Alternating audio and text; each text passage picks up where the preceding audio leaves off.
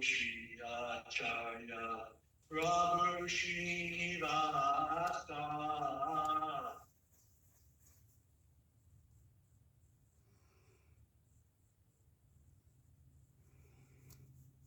Ramachandra Sangha Jite Narottama Dasa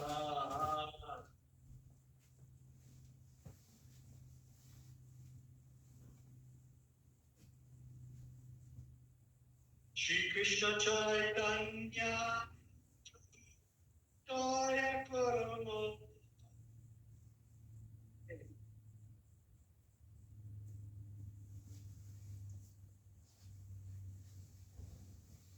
Tomamina Kedoyalu Jagata Sansare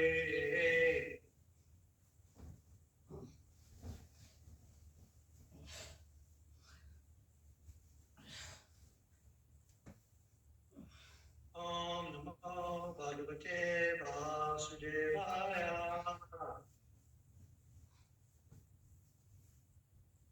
Om Namo Bhagavate Vasudevaya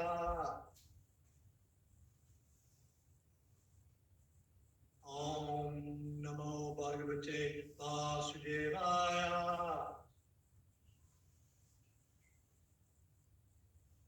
Jaya Jaya Shri Chaitanya Jaya Nityananda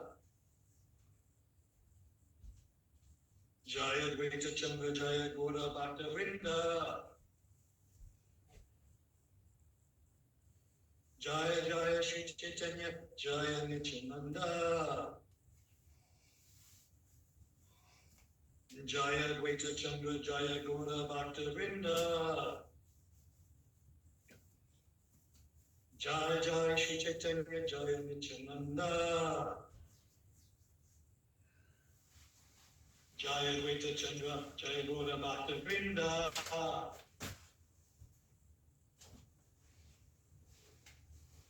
Today we are continuing the Vancouver Sunday tradition of reading from the Chaitanya Charitamrita. There's a lot in the Chaitanya Charitamrita, so we haven't got that far. We only do it once a week.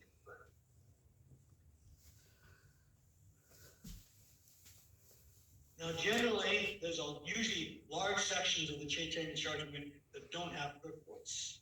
This part of the first chapter has a lot of long purports. So, although sometimes we cover many verses in the class, lately we have not been. So that's just how it's happening. But today we are on Chaitanya Charitamrita, adding 147. Antayami Bhakta Sete Rupa. Word to word. Shiksha Guru Ke, spiritual master who instructs. Ta, indeed. Jani, I know. Vishnava, Krishna. Swarupa, direct representative. Antayami, the indwelling super soul. Bhakta Swasta, the best devotee. A, these three Rupa forms. Translation. One should know the instructing spiritual master to be the personality of Godhead. Lord Krishna manifests himself as the super soul and as the greatest devotee of the Lord. Report is divine grace. Abhayachanananda Bhaktivedanta Swami Shri Prabhupada. Srila Krishnadas Kaviraj Swami states that the instructing spiritual master is a bona fide representative of Sri Krishna. Sri Krishna himself teaches us as the instructing spiritual master from within and without. From within, he teaches as Paramatma, our constant companion, and from without, he teaches from the Bhagavad Gita as the instructing spiritual master. There are two kinds of instructing spiritual master. One is the liberated person, fully absorbed in meditation and devotional service, and the other is he who invokes the disciple's spiritual consciousness by means of relevant instructions. Although there are two types, it could still be one person, but there's two different jobs being fulfilled. Thus, the instructions in the science of devotion are differentiated into terms of objective and subjective ways of understanding. The Acharya, in the true sense of the term, who is authorized to deliver Krishna, enriches the disciple with full spiritual knowledge and thus awakens him to activities of devotional service. When, by learning from the self-realized spiritual master, one actually engages in the service of Lord Vishnu, functional devotional service begins. I love that term, functional devotional service. The procedures of this devotional service are known as abhideya, or actions one is duty bound to perform. Our only shelter is the Supreme Lord. The one who teaches how to approach Krishna is the functioning form of the personality of Godhead. There is no difference between the shelter-giving Supreme Lord and the initiating and instructing spiritual master. If one foolishly discriminates between them, he commits the offense in the discharge of devotional service. Srila Sanatana Goswami is the ideal spiritual master, for he delivers one the shelter of the lotus feet of Madan Mohan. Even though one may be unable to travel on the field of Vrindavan due to forgetfulness of his relationship with the Supreme Personality of Godhead, I'm going to read that half of the sentence again. Even though one may be unable to travel on the field of Vrindavan due to forgetfulness of the relationship with the Supreme Personality of Godhead, he can get the adequate opportunity to stay in Vrindavan and derive all spiritual benefits by the mercy of Sanatana Goswami. Sri Govindji acts equally as a Shiksha Guru, the instructing spiritual master, by teaching Arjuna the Bhagavad Gita. He is the original preceptor, for he gives us instructions and an opportunity to serve him. The initiating Guru Master is the initial spiritual master is the personal manifestation of Srila Madan Mohan Vigraha, whereas the instructing spiritual master is the personified representation of Sri Govinda Dev Vigraha. Both these deities are worshipped at Vrindavan. Srila Gopinath is the ultimate attraction in spiritual realization. Om Yanat Mandasya Yananjana Shakaya Chakshu Udritam Yena Tasmai Shri Guruve Namaha. This Guru Tattva is probably one, if not the most complicated subject matters. It's not so hard on a Krishna simplified Krishna's God and I'm not. Okay, that's not a complicated concept. It gets a little more convoluted if we let our consciousness become convoluted when we bring in the concept that, well, yes, I'm God's energy, so I'm God-like, blah, blah, blah. Krishna's God and I'm not. That's rather simple. Shiva Tattva can be a little convoluted in the fact that Ramasamhita has explained how just as milk can be turned into yogurt, Krishna manifests himself in the form of Shiva for a specific function. Thus, he's a guna avatar. There's Leelas in there, so he's also a Leela avatar. So that's a little more complicated, but there's still a distinction between the personalities. But Guru Tattva can really get overwhelming in all the subtleties and differences and aspects that need to be done. So we start at the basic level, Tadvidi Paripanena Paripata Nishevaya, Upadakshani Tedyanam Janinas Tapadarshi. Just try to approach the spiritual master, render service unto him, and inquire submissively. In such a state, the one who has seen knowledge can impart that knowledge onto us. So that quote from the Bhagavad Gita is again filling the two functions of the spiritual master that Srila Prabhupada is mentioning in the purport, both the aspect of giving knowledge and giving practical service. When in the 9 steps of achieving Prema Bhakti being the 9th step, first we start with the concept of Shraddha. And Prabhupada was very direct in saying that Shraddha should not be translated into English as faith. aspect of faith, but not faith in the English understanding of the word, where, as Prabhupada would give the example, today I am of the Christian faith, tomorrow I will be of the Muslim faith, the next day I will be of the Hindu faith. And that's not what's meant by Shraddha. Shraddha is an innate, deep, intrinsic understanding that there is a God, I just don't know much about him. That's the initial aspect. I've told this story before, but in the book, The Once and Future King by Lord Alfred Tennyson, when he's first introducing Lancelot to the audience, it's described that as a young boy, Lancelot was looked upon as being a freak because he thought that God was a person that he could actually go and meet, where generally in Christianity, that's not an understanding of God. But Lancelot was convinced that there was a person somewhere who is God, and he was going to go meet them. He had that Shraddha. He faced criticism for maintaining that Shraddha. There was, a little bit of, foolish little boy kind of concept. But he had that actual Shraddha, the understanding there is a personality of Godhead, an original supreme personality of Godhead, and this person I can meet. Now, how did he come upon this concept within his heart? In the verse and in the purport, Srila Prabhupada talks about Antayami. Antayami is, Antar means inside and Yami means instructions. So he who gives instructions from the inside.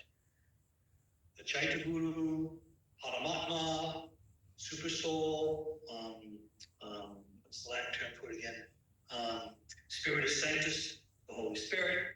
These are aspects that can give instruction from the inside. So we have this whole concept of clear understanding coming from inside. Now, the animals have this clear understanding from inside, and they are directed by the Super Soul. However, especially those who don't accept or understand the nature of the Supreme Lord, they come up with this word instinct, and how the animal kingdom is functioning on instinct. Now, I didn't memorize it, but no, I can't remember what. Gallery, species. There we are, instinct, coming from the Latin in and stringere, which means to prick. So instincere or instinctus, which directly in the Latin would mean an impulse, which then developed in English to be, again, an impulse. Now, where is this impulse coming from? What is the impulse that causes the cobra to strike? What is the impulse that causes the bird to migrate in different times of the year? What is the impulse that causes some animal when it's wintertime to go into a deep sleep and causes another to store and causes another simply to get ready to forage? What is this instinct? Now, this impulse, this instinct, the scientists would give up as simply a natural formation of group knowledge and habit dwelling within the DNA. There was one discussion between the disciples and Srila Prabhupada where they used the word instinct, and Prabhupada's answer quite simply was no instinct. They didn't understand it at first. Because Prabhupada said this several times, and a little swadhyana, a little personal inspection, realized, oh, there is no instinct. There is nothing inside except Krishna in the form of Antayami. So this whole impulse to do something is the super soul directly in contact with the fallen living entity and directing them to do the thing which is most beneficial for them at that time. The whole concept of acting out karma, the whole concept of going through this whole process, this is all based upon the guidance given from inside by Antayami, by the Chaitya Guru. So this is a very important concept to grasp the importance of that instruction inside. However, like many things in Guru Tattva, it can be misinterpreted. You get some people, they used to be the hippies, now they're the trippies. And they're this, just follow your heart. Just follow what's inside you. Of course, the logical rebuttal to that is, well, a serial killer is following their heart, doing exactly what they think they should be doing. And mass murderers of every type are also doing exactly what they think they should be doing. In fact, it's basic psychology 101 that no one performs an action that they do not think is correct. It might not be correct from a social point of view. It might not be correct from a Sanatana Dharma point of view. It might not be in accordance with the Vedic scripture, but the individual thinks this is the correct action to perform. So are they working on instinct? No, they're working on the mental platform. Real instinct is the super soul guiding us to move forward in a positive way. There's different qualifications to take birth as the different devatas. To become Lord Brahma, the bare baseline minimum requirement is the perfect execution of Varnashram Dharma for 100 consecutive births.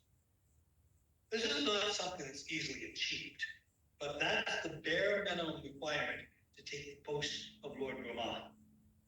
And in this understanding, to properly execute Varnashram Dharma for 100 births, there has to be some connection, some understanding with Antiyami, which I took Guru in the heart, to move us forward, move us in our understanding.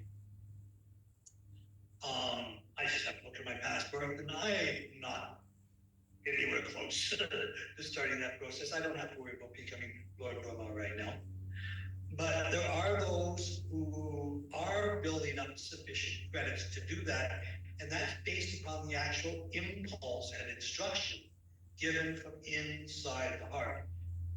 That is one of the problems that Srila Prabhupada said was an issue with so many of the yoga philosophies, where the yoga is sitting there, the yogi is sitting there, and the yogi is thinking, I am controlling my life there. I am controlling my body. I am controlling my senses. I am doing these things. Me, I'm in charge, which of course is not correct. We are exercising, even in the process of bhakti yoga, there's still control of the senses, but we understand I'm not the one controlling. Rishikesha, Rishikena, Sevana Bhakti. The actual controller of the senses is called Rishikesh, and he is the master of the senses. So if there is any control of the senses, it is not by my effort to control my senses, it is by my effort to surrender onto the Supreme Lord and allow him to focus and regulate my senses. And by this process, then we can start growing and developing adequately to move forward.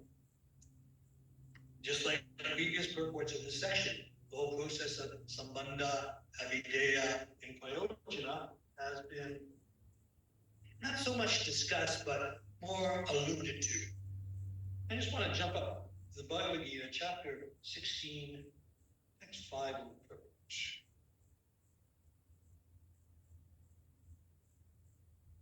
Text 3 is pretty long.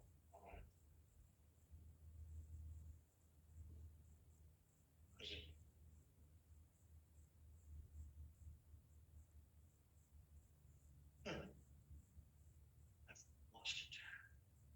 Maybe I'm on my hair.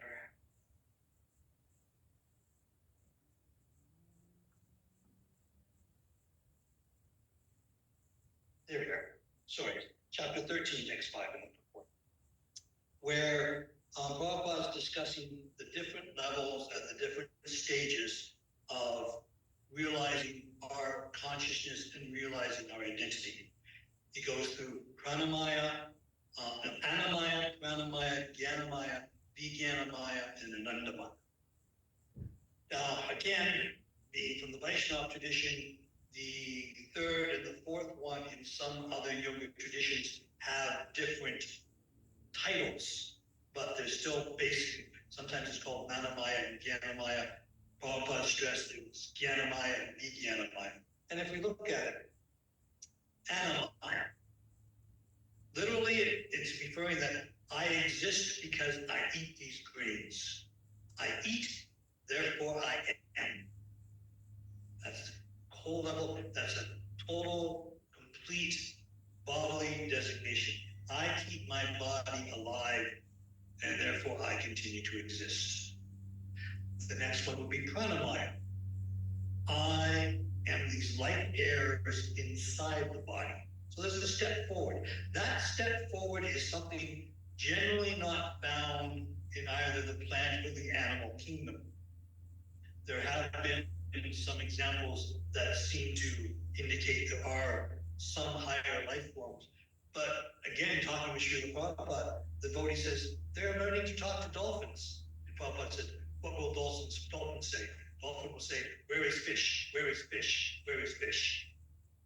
So he's maintaining still that the animals, even if there's a slightly higher awareness, they're still on the Anamaya platform, the platform of I eat, therefore I exist. Pranamaya, I have these light bearers, therefore I exist.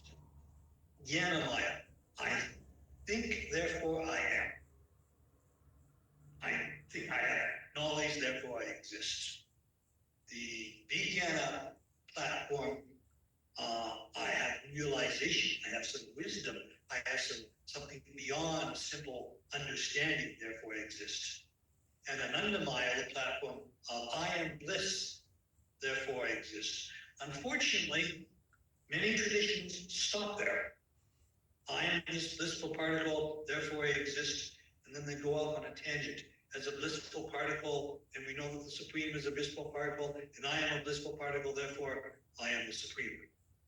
Where in devotional service, this whole process of Anandamaya, bliss, is where devotional service actually begins. Past the platform of the bodily consciousness of the light bearers, past book knowledge, and past even realization is the process of understanding I am a Nitya Krishna Das. I'm an eternal servant of Krishna. Now it's true that Sambandha, the process of getting to know Krishna, will most likely start in devotional service before we reach the platform of Anandamaya. We've already, we need that boost, deepest movie, because Jnanamaya, I think Krishna's books. Therefore, Sambandha is already transpiring.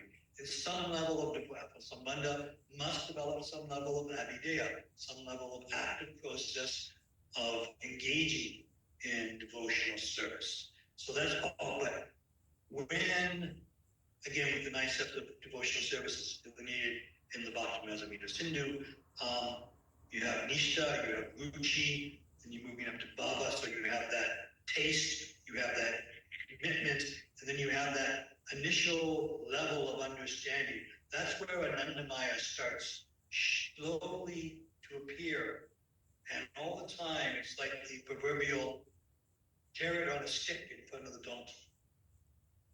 I don't know who's seen these but you get the donkey to move forward by holding a carrot on a stick in front of the donkey's face.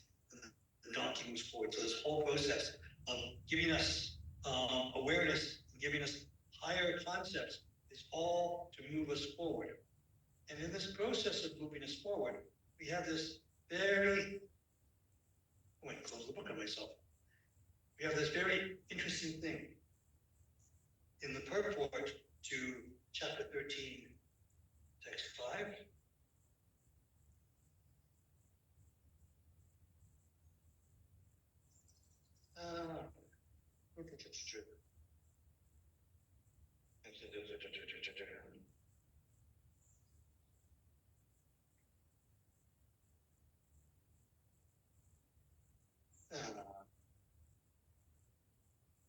can't seem to find it right now. I know it's here. Anyways, I'm reading too quickly. My eyes are bothering me. The process is that by the blessings of the spiritual master, the disciple can be elevated to a high platform without the actual process of devotional service. This is the mercy of the spiritual master. The spiritual master can elevate us to a high platform. But like everything else, there's going to be a catch in there.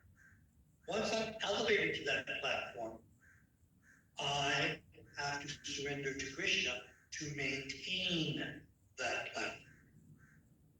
Even if by the mercy of the spiritual master I become elevated, if I don't maintain sadhana bhakti, because if we're put up there by the mercy of the spiritual master, it's unlikely we're on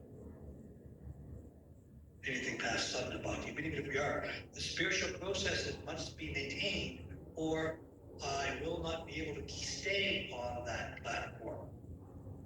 So the spiritual master can give us great mercy and benefit. And part of that benefit is putting us in a situation where we need to struggle harder to serve Krishna. This is an important concept for us to understand. When we move forward in spiritual life, things don't necessarily become peachy keen, terrific, tickety-boo, free from all anxieties. You just have to look what Srila Prabhupada went through. His heart attacks on the Jaladuta, is dealing with disciples, both those who were functioning well and those who weren't, is dealing with the media, is dealing with other people. The whole difficulty in trying to build the temple of Juhu Beach, all these difficulties and all these anxieties. And at the end, when Srila Prabhupada was getting ready to wind up his earthly pastimes, he said, "Do not take away my opportunity to struggle for Krishna." It's a bit of a paraphrase. The idea is the difficulties are there. The difficulties are there because often the great individuals like Srila Prabhupada show us the importance of weathering the difficulties, as explained back in the second chapter of the Bhagavad Gita. But for those who are not great personalities with Srila Prabhupada, the difficulties are there to put us in a situation to increase our need to surrender. Everything is based upon the process of moving us forward in our surrender to the Supreme Personality of Godhead. Now, even if there is some situation where that Shraddha is there and I understand the Supreme Lord, without the mercy of the external spiritual master to give us those instructions, to give us those guidance, to point us in the right direction, I'm just going to listen to my heart, and I think today my heart wants me to spend the whole day in bed. I think today would be a good day to skip Mangal Arati and just focus on something else. But the spiritual master, both internally and externally, is there to prevent us from such frivolity. We need the process and we need the association of devotees. And in that aspect, Vandeham Shri Guru Shri Yutapada Kavalam Shri Gurun Vaishnavam Cha. There's the Guru, there's the Gurus, and there's the Vaishnavas. One of the reasons why we offer our obeisances to the devotees every morning is accepting the fact that they are on the spiritual path and I need them. I need them to maintain my spiritual integrity. I need them as a positive example of how I can strive and move forward. And in that aspect, they are as well acting as Guru. Was it 2 weeks ago with the hot seat? That Guru is one, but Guru is multifaceted. That's part of the difficulty is there was this one story of one senior ISKCON devotee who traveled in an area and everybody knew what sort of prashadam he liked. So they always prepared the meals in such a way that was serving him by giving him what he liked to eat.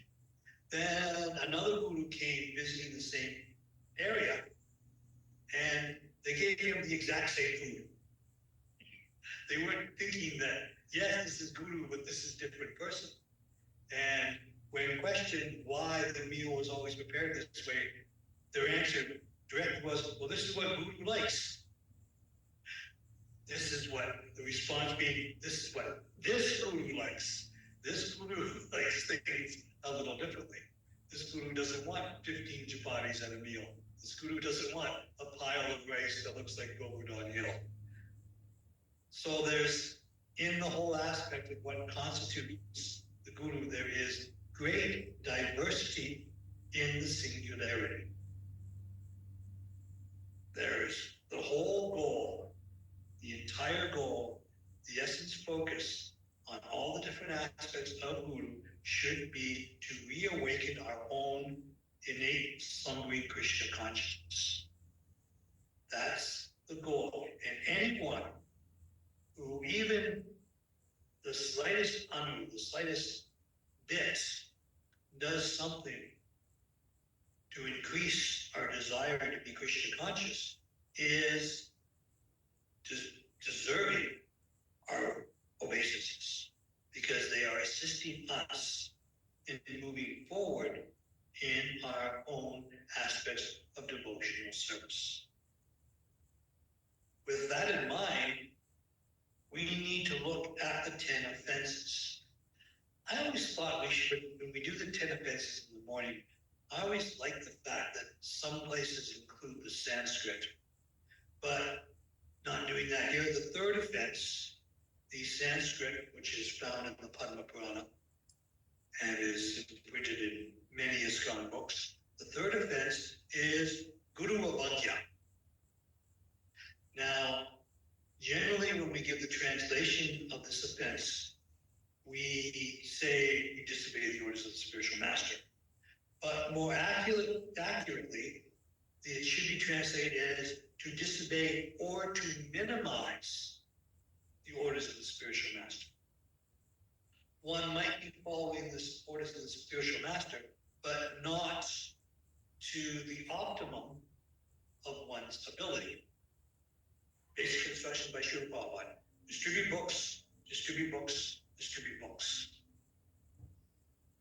Now there's that whole concept between the full-time book distributor and the part-time book distributor. But really, at any time, if a situation comes up, I can open the trunk of my car and pull out a book, one of Srila Prabhupada's books, to present to somebody.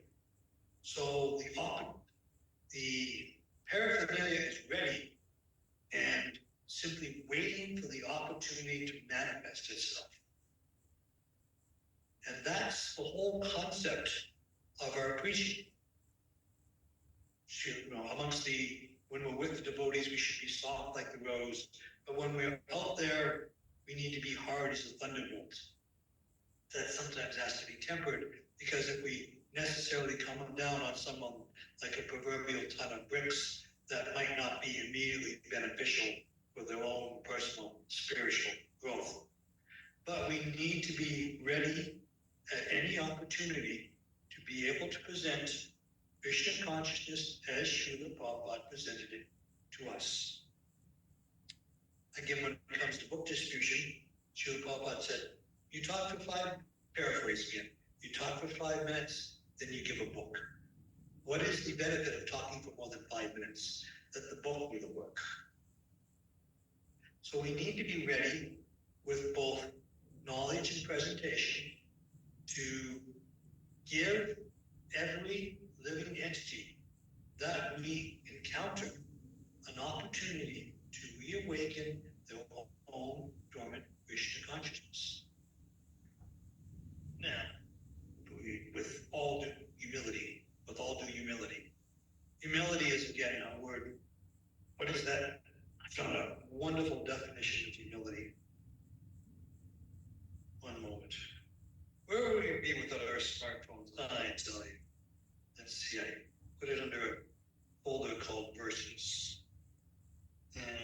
Yes, humble, as defined as being non-pretentious and understanding one's position in regard to the universe, the other living entities, and the Supreme Lord. So that removes the entire concept of self-degradation, because self-degradation is a form of pretentiousness. It's a form of thinking oneself to be other than one actually is. It's negative pretentiousness, but real humility is totally non-pretentious. I'm not putting myself on any false platform, either above or below where I actually am. This requires a great deal of swadhyaya, of self-introspection, through that level of honesty. Understanding one's position in relation to the entire universe. Oh, there's so many living entities. I am so small. No, that's not real humility. Oh, there's so many living entities. I must gather them and I must move them forward. No, that's not humility. There's so many living entities, and we are all meant to be serving Krishna. So I should be serving Krishna, and I should be inspiring other people to serve Krishna. That's humility. That's actual humility. I got a long way to go, but I'm moving forward. And again, back to Srila Prabhupada analogies. If the dirty person is in the shower, you don't criticize them for being dirty. If they come out of the shower and stay dirty, or they dirty themselves in the shower, that's a whole different thing. But if someone is in the process, that deserves a great level of respect. But in regards to the universe, in regards to all of the living entities, and our actual position in connection with the original Supreme Personality of Godhead, Bhagavan Sri Krishna. That's the aspect of humility. And that's what we see in a senior devotee, the whole process. Yes, they wind up giving a lot of classes and leading a lot of kirtan, but that's because they understand their actual position and they realize where they are best suited to move forward, to assist other people to move forward, or other living entities, people or non-people. So we have this whole proper understanding, try and put together of what constitutes the nature of the Guru. And again, simplest bare minimum, Guru is the ambassador of Krishna. We go to the United Nations and someone puts up their hand and the speaker says, "Let us now hear from Canada." Well, that's not 40 million people speaking. That's one person speaking on behalf of the government, which is setting the direction for the country, which contains those 40 million people. So in the same way, the spiritual master is the ambassador of Krishna, but on a higher level. Because they're not just setting the agenda, they are following the agenda given by Krishna himself. And in that aspect, the bona fide spiritual master is the direct representative, the direct ambassador from the spiritual world, and therefore they need that level of service and respect from us so we can move forward in our own Krishna consciousness. I think I've blabbed enough. Is there any questions, comments, anything anyone would like to put forward at this time? Oh yeah, Snani Yatra. I was going to take 10 minutes of time for Snani Yatra. You got a few minutes here. Snani Yatra. Today is Vancouver Snani Yatra. Now, if we're in Jagannath Puri, the Rath Yatra, besides everything else, is actually the celebration of the appearance of the Jagannath deities. The carver showed up and he told the king, "Give me 21 days and don't disturb me for 21 days. And after those 21 days, your deities will be ready." So now, with anything else, before you start the whole process of forming the Murti, there's a whole cleansing process, both for the articles that are going to form the Murti and for the people engaged. So the carver took the wood and went into the secluded room and did this whole semi-secret bathing ceremony for what was going to become the deities. Now, he had told the king 21 days, but after 14 days, the king was so anxious. Maharaj Indradyumna didn't hear the sound of the chisel. He didn't hear these things after 14 days. So after 14 days, he burst in, and there was Jagannath, Baladev, and Subhadra in a seemingly unfinished form, unpainted. But that was their appearance. So the Snana Yatra is in fact the setup, the preparation for the appearance of the Jagannath deities.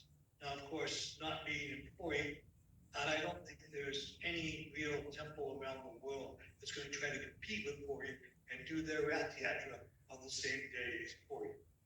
This is, you have this festival which attracts well over 15 million people. If someone tried to do their own festival on that same day, it would definitely not draw sort of crowds with that level of attention. And our own Jagannath deities did not appear on our Rath Yatra day, simply because our Rath Yatra day is somehow dictated by social and governmental concerns as to when and where we can perform it. But the intent is still there.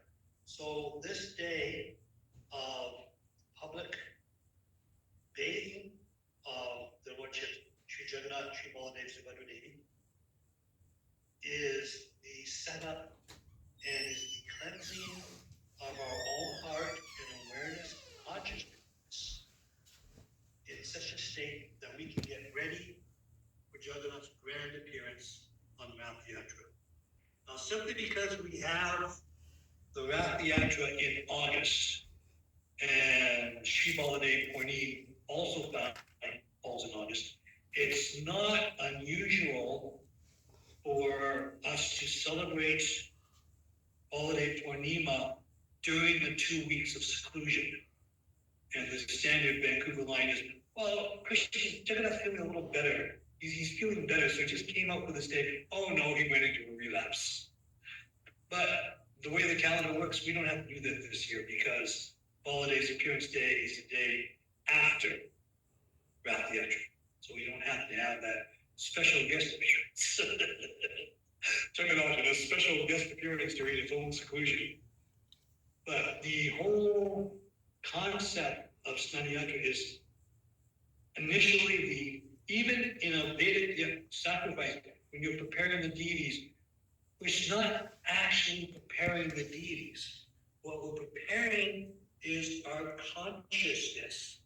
Everything we do is an act of change of consciousness. Even going back to Vrindavan, it's not a change of physical location, it's a change from material to spiritual consciousness. So the whole aspect of understanding the whole process of bathing and serving the Lord's in such an intimate and simultaneously public way is a major opportunity to change and refocus our consciousness to a higher process, to a higher understanding. And we couldn't do this without the mercy of Guru. Because without the mercy of Guru giving us the guidance and the instruction and the opportunity and the knowledge and the tools and the ability to perform the Snana Yatra, then we would not be ready for it. We would not be prepared. Julan Yatra this year will be occurring during Jagannath's seclusion. So there'll be several hours, morning and night, where only Sri Sri Radha Mohan and Sri Sri Gauri Tai will be on the altar.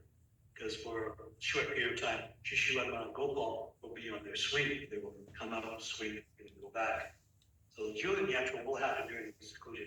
And even that, basically in preparation for Baladev Purnima, even that is an opportunity to serve the deities in such a way as to uplift my own consciousness, realizing succinctly by the instructions and guidance of spiritual master that the deity is there for us to serve and to learn, to relearn to love.